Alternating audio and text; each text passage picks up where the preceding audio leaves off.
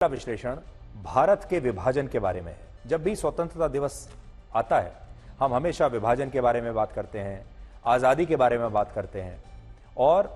आज हम आजादी से पहले विभाजन के बारे में बात करेंगे, जिसमें आप ये जान पाएंगे कि हमारी मातृभूमि के दो टुकड़े कितनी जल्दबाजी में और कैसे बिना सोचे समझे किए गए थे। और आज हम आपको यह भी बताएंगे कि अगर 77 वर्ष पहले भारत का बंटवारा ना हुआ होता और अगर भारत, पाकिस्तान और बांग्लादेश आज तीनों ही एक ही देश होते, यानी भारत में ही होते, तो पूरी दुनिया में हम कितनी बड़ी महाशक्ति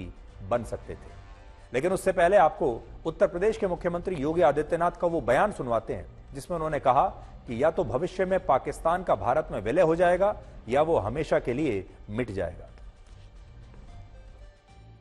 महर्षि अरविंद ने जो 1947 के पहले घोषणा की थी, आजादी की त्रास, देश की विभाजन की त्रासदी आजादी के मिलने के बाद अक्सर उन्होंने इस बारे में अपनी चिंता व्यक्त भी की और उन्होंने इस बात को कहा था कि आध्यात्मिक जगत में पाकिस्तान कोई वास्तविकता नहीं है, या तो उसका भारत में विलय होगा या पाकिस्तान इतिहास से समाप्त होगा, हमेशा के लिए समाप्त होगा।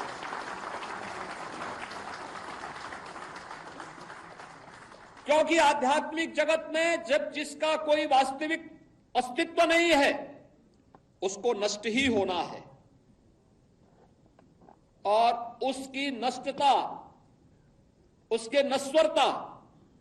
को हमें संदेह की निगाहों से नहीं देखना चाहिए। हमें मानना चाहिए ये होगा, लेकिन इसके लिए हमें भी तैयार होना होगा।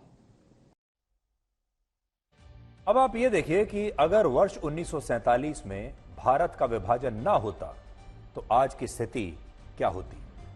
अगर विभाजन ना होता तो आज हम जनसंख्या के मामले में दुनिया के सबसे बड़े देश होते, आज भी हैं, हम तो वैसे भी सबसे बड़े देश हैं ही, तब भी होते। और ऐसा देश हमारा होता जिसकी कुल आबादी होती आज 186 करोड़, जिनमें 145 करोड़ अकेले भारत के होते, 24 करोड़ पाकिस्तान के और 17 करोड़ लोग बांग्लादेश के, और दुनिया के हर 100 लोगों में से 23 लोग भारत के होते, हर 100 में से 23 लोग भारत के। अगर विभाजन ना होता तो मुस्लिम आबादी के लिहाज से भारत दुनिया का सबसे बड़ा मुसलमानों का देश होता। इस समय भारत में मुसलमानों की आबादी लगभग 21 करोड़ है। पाकिस्तान में 21 करोड़ 23 लाख है, यानी हमारे देश में और पाकिस्तान में मुसलमानों की आबादी बराबर है। हमारे देश में भी उतने ही मुसलमान रहते हैं जितने पाकिस्तान में, और बांग्लादेश में 15 करोड़ मुसलमान रहते हैं और ये आंकड़ा हो जाता है लगभग 57 करोड़। यानी पूरी दुनिया में भारत सबसे बड़ा मुस्लिम देश होता। मुसलमानों की आबादी के हिसाब से दुनिया में सबसे ज्यादा मुसलमान यहां होते। सोचिए, पूरी दुनिया में 190 करोड़ मुसलमान रहते हैं और अगर भारत का विभाजन ना होता तो इनमें से 57 करोड़ मुसलमान सिर्फ भारत में होते, और इससे भारत में मुसलमानों को लेकर जो राजनीति होती है वो भी एक अलग स्तर तक पहुंच जाती। सोचिए, आज अगर हमारे देश में 57 करोड़ मुसलमान होते तो हमारी राजनीति भी एक अलग रूप आज ले चुकी होती। ऐसी स्थिति में भारत के मुसलमान देश की सरकार बनाने में कहीं ज्यादा निर्णायक भूमिका में होते और अविभाजित भारत में मुस्लिम तुष्टीकरण की राजनीति और भी शायद तब ज्यादा होती। लेकिन सरकार में उनकी भागीदारी भी पहले के मुकाबले, आज के मुकाबले कहीं ज्यादा होती। इसके अलावा अगर बंटवारा ना होता तो भारत और पाकिस्तान के बीच 1947, 1965, 1971 और 1999 का कारगिल युद्ध ना होता। अगर विभाजन ना होता तो जम्मू कश्मीर को लेकर कोई विवाद ना होता, और अगर जम्मू कश्मीर को लेकर विवाद ना होता तो एलओसी ना होती। एलओसी ना होती तो कश्मीर में शायद आतंकवाद भी ना होता, और इस आतंकवाद की वजह से कश्मीरी पंडितों को 1990 के दशक में शायद विस्थापित भी ना होना पड़ता। इसके अलावा अगर बंटवारा ना होता तो अविभाजित भारत की अर्थव्यवस्था अमेरिका और चीन के बाद दुनिया की तीसरी सबसे बड़ी अर्थव्यवस्था हो चुकी होती। इनमें भारत की जीडीपी लगभग 269.5 लाख करोड़ रुपए की होती, पाकिस्तान की 28.2 लाख करोड़ रुपए की और बांग्लादेश की 38 लाख करोड़ रुपए की। और इस तरह अविभाजित भारत की कुल जीडीपी 336 लाख करोड़ रुपए की होती। इस विभाजन ने भारत के संसाधनों को बांट दिया था, लेकिन अगर ऐसा ना होता तो भारत संसाधनों के मामले में काफी समृद्ध होता। जैसे बलूचिस्तान में सोने और तांबे के जो भंडार हैं वो भारत के होते, बांग्लादेश में कपड़ों का जो उद्योग है वो भारत का होता, पूरी दुनिया की सबसे बड़ी टेक्सटाइल इंडस्ट्री हमारे देश में ही होती। इसके अलावा विभाजन न होने पर भारत को सिंध और बलूचिस्तान के रास्ते एक शानदार ट्रेड रूट मिलता और पाकिस्तान के जिन बंदरगाहों पर आज चीन का प्रभाव है वो भारत के पास होते, जिनमें ग्वादर पोर्ट और कराची पोर्ट अहम है। व्यापार के अलावा क्रिकेट के मैदान में भी स्थिति बिल्कुल अलग होती। अगर बंटवारा ना होता तो अखंड भारत की एक ही क्रिकेट टीम होती और पाकिस्तान के पूर्व प्रधानमंत्री इमरान खान भारत के लिए ही 1992 का क्रिकेट का वर्ल्ड कप शायद जीत रहे होते और वो भारत की टीम में खेल रहे होते। इसके अलावा भारत और पाकिस्तान के मैच के दौरान दोनों देशों में जो टीवी तोड़े जाते हैं, जो दोनों देशों में इतना तनाव पैदा हो जाता है, वो शायद तब नहीं होता। तब आपको भारत पाकिस्तान का क्रिकेट मैच देखने को नहीं मिलता। और आज ओलंपिक खेलों में अरशद नदीम ने पाकिस्तान के लिए नहीं बल्कि भारत के लिए गोल्ड मेडल जीता होता। हालांकि अविभाजित होने पर भी ओलंपिक खेलों में भारत के कुल मेडल 6 से बढ़कर सिर्फ 7 ही होते और हमारी मेडल की टैली में कोई खास अंतर नहीं होता।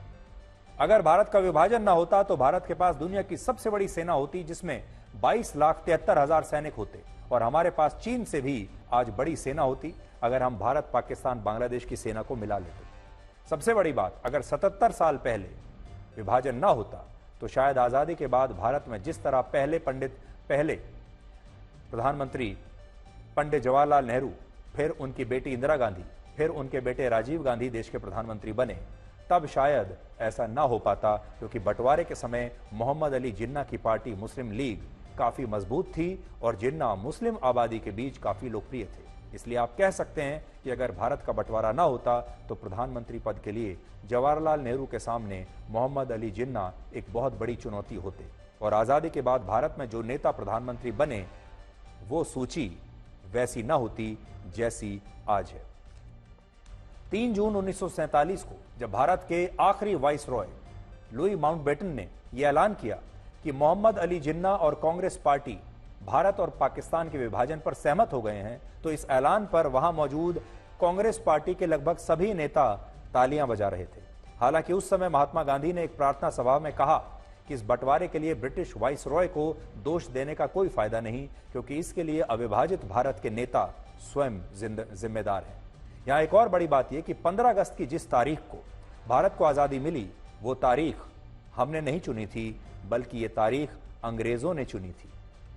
असल में ब्रिटिश हुकूमत ये चाहती थी कि भारत आजादी के बाद भी मानसिक रूप से अंग्रेजों का गुलाम बनकर ही रहे और इसीलिए 3 जून 1947 को जब भारत के अंतिम वाइसरॉय माउंटबेटन ने भारत की आजादी और भारत के विभाजन का ऐलान किया, तो उन्होंने इसके लिए 15 अगस्त की तारीख निर्धारित की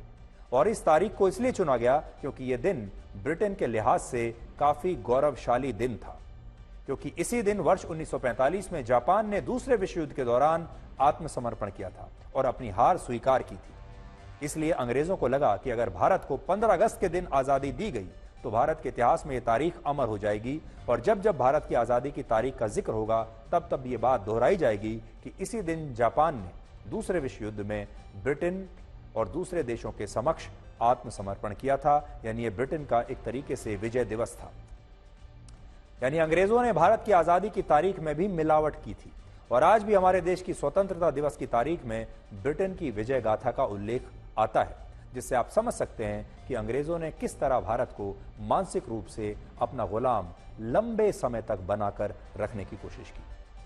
1947 में जब भारत को आजादी मिली तब इस आजादी के लिए कोई बहुत बड़ा खूनी संघर्ष नहीं हुआ था, बल्कि ब्रिटिश हुकूमत उस समय कई देशों को स्वयं आजाद कर रही थी। 1945 से 1967 के बीच, ये तिथि याद रखिएगा, 1945 से 67 के बीच